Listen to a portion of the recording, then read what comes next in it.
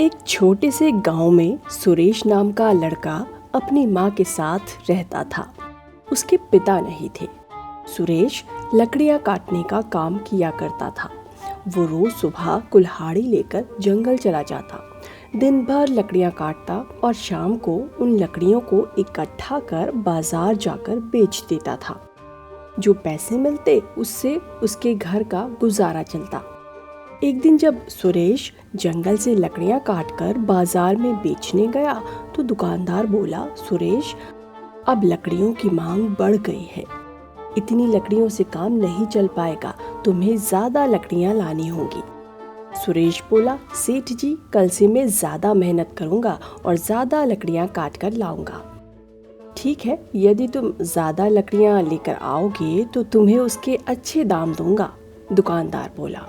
सुरेश दुकानदार से पैसे लेकर घर चला आया और अपनी माँ को सारी बात बताई। सुनकर माँ बोली, बेटा, छोटी सी उम्र में तुम्हें कितनी मेहनत करनी पड़ती है। काश तेरे पिता जिंदा होते तो हमें यूं गरीबी का जीवन नहीं काटना पड़ता। सुरेश माँ से बोला, माँ चिंता मत कर, मैं खूब मेहनत करूँगा और एक दिन हमारी गरीबी भी दूर हो जाएगी। अगली सुबह सुरेश जल्दी उठा और कुल्हाड़ी लेकर जंगल चला गया। जंगल के बाहर के कई पेड़ों की लकड़ियां वो पहले ही काट चुका था, इसलिए उसने जंगल के अंदर जाकर लकड़ियां काटने का निश्चय किया। जंगल के अंदर जाने पर उसे बरगद का एक पेड़ दिखाई पड़ा जिसमें एक बड़ा सा दरवाजा बना हुआ था। ऐसा अनोखा बरगद का पेड़ देख सुरेश आश्चर्य में पड़ गया और वो पेड़ के पास गया। देखते ही देखते दरवाजा खुल गया। सुरेश ने अंदर झांका तो उसे घुप अंधेरा नजर आया, लेकिन फिर भी सुरेश दरवाजे के अंदर चला गया। अंदर कुछ दूर अंधेरे में चलने के बाद उसे रोशनी दिखाई देने लगी। वो रोशनी की ओर बढ़ा तो पाया कि पेड़ के इस पार एक गांव बसा हुआ है। पेड़ के इस पार एक गांव बसा हुआ है। वो गांव में घूमने लगा। घूमते घूमते अचानक उसे किसी के चिल्लाने की आवाज सुनाई पड़ी। वो आवाज की ओर बढ़ा तो देखा कि वो आवाज एक गड्ढे से आ रही थी। उसने गड्ढे में झांका, वहां एक आदमी गिरा हुआ था और मदद के लिए पुकार रहा था। सुरेश ने उससे कहा, मैं रस्सी फेंक रहा हूँ, आप उस रस्सी को पकड़कर बाहर आ जाइए। फिर उसने गड्ढे में रस्सी फेंकी, जिसे पकड़कर वो आदमी गड्ढे से बाहर आ गया। वो सुरेश को बहुत धन्यवाद देने लगा तो सुरेश बोला, धन्यवाद की कोई बात नहीं, हम सबको एक दूसरे की मदद तो करनी ही चाहिए। फिर उस आदमी ने सुरेश से पूछा, तुम कौन हो और यहाँ कैसे आए?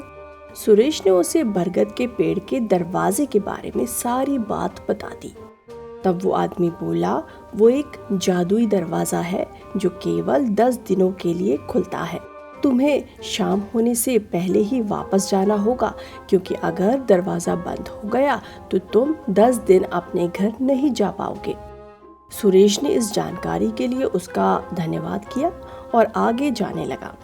तब उस आदमी ने उसे एक डंडा दिया और बोला, तुमने मेरी जान बचाई है, इसीलिए ये डंडा रख लो। सुरेश बोला, पर मैं इस डंडे का क्या करूंगा?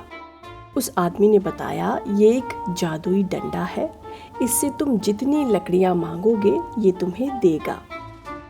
सुरेश ने जादुई डंडा ले लिया और उस आदमी का धन्यवाद कर आगे बढ़ गया। कुछ दूर जाने पर उसे एक बूढ़ा आदमी दिखाई पड़ा जो कुछ परेशान सा था। सुरेश ने उससे पूछा, बाबा, क्या हुआ? कुछ परेशान नजर आ रहे हो? वो आदमी बोला, बेटा क्या बताऊं, घर पर लकड़ियां खत्म हो गई हैं, इसीलिए जंगल से लकड़ियां काटने निकला हूँ, लेकिन अब इन हाथों में इतनी शक्ति नहीं रही, समझ नहीं आ रहा कि कैसे लकड़ियों की व्यवस्था करूं। सुरेश ने जादुई डंडे की मदद से बूढ़े आदमी को ढेर सारी लकड़ियां दी। बूढ़े आदमी ने उसका धन्यवाद किया और उसे एक बर्तन देते हुए कहा, बेटा, ये एक जादुई बर्तन है, जब भी खाने की जरूरत पड़े इससे मांग लेना। सुरेश ने जादुई बर्तन ले लिया। शाम हो रही थी, इसीलिए वो पेड़ के जादुई दरवाजे से बाहर निकल आया।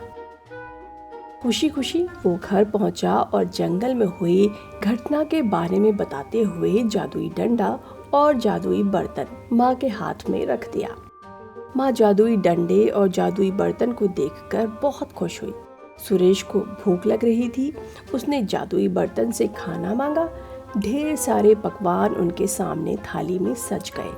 माँ बेटे ने उस रात पेट भरकर खाना खाया। अगली सुबह सुरेश ने जादुई डंडे से ढेर सारी लकड़ियां मांगी और दुकानदार को बेचकर अच्छे पैसे कमाए। जादुई डंडे और जादुई बर्तन की मदद से धीरे धीरे उनकी गरीबी दूर हो गई और वो एक अच्छा जीवन जीने लगे।